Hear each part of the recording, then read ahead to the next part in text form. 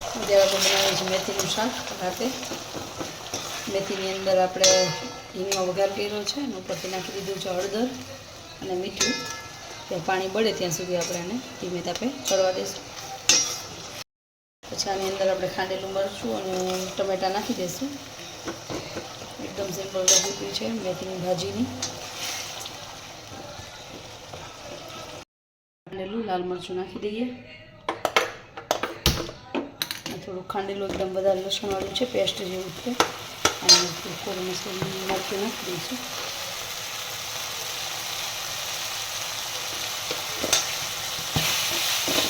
Mix કરીને આની અંદર ટમેટાં સુધારીને અમે એડ કરી દઈશું. આ મરચું ચડી જાય પછી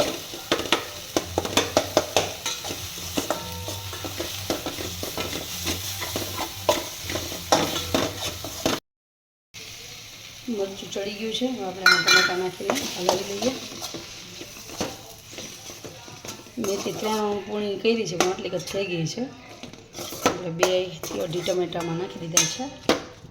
હવે એને ચડવા દઈએ થોડીક વાર, એટલે એકદમ મસ્ત ટેસ્ટી ભાજી આપણી તૈયાર થઈ જશે. જોઈ શકો છો. ચડવા દઈએ થોડા ધીમા તાપે.